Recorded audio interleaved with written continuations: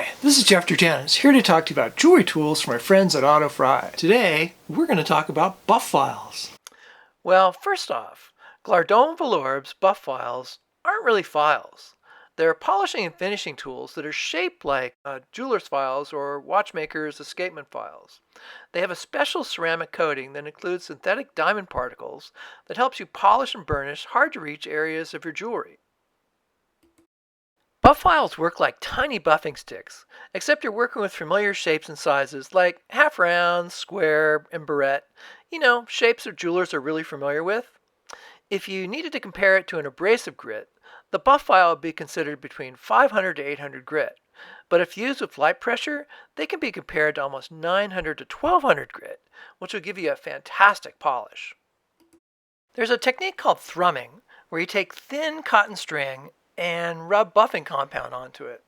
Then you thread the string into your hard-to-reach area of your jewelry, rub it back and forth until it's free of scratches and it's polished. The problem with thrumming, though, is that the process tends to round out edges. A similar thing is true for pretty much any flex shaft or micromotor polishing accessory.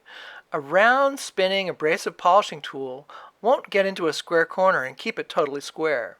It may be close, but can never really get into a corner. The Swiss geniuses at Glardon-Vallorbe have solved this problem with buff files. You can keep your sharp details and without worrying about rounding things off when you don't want to. Buff files last a long time, but like regular files, sooner or later they lose their finishing abilities. One way to keep them in tip-top shape is to give them an occasional cleaning with an ultrasonic or a quick dip in alcohol. Another way to clean your buff files is to use Bergeon 6033 Rodico. That's a popular putty-like cleaning material that's used by laser welder owners and watchmakers. You can buy buff files as a set of needle file shapes or escapement file shapes, or you can purchase them individually. A really easy way to test buff files out and to see if they're right for you is to individually purchase one or two of your favorite shapes, then get a full buff file set when you find out how awesome they work.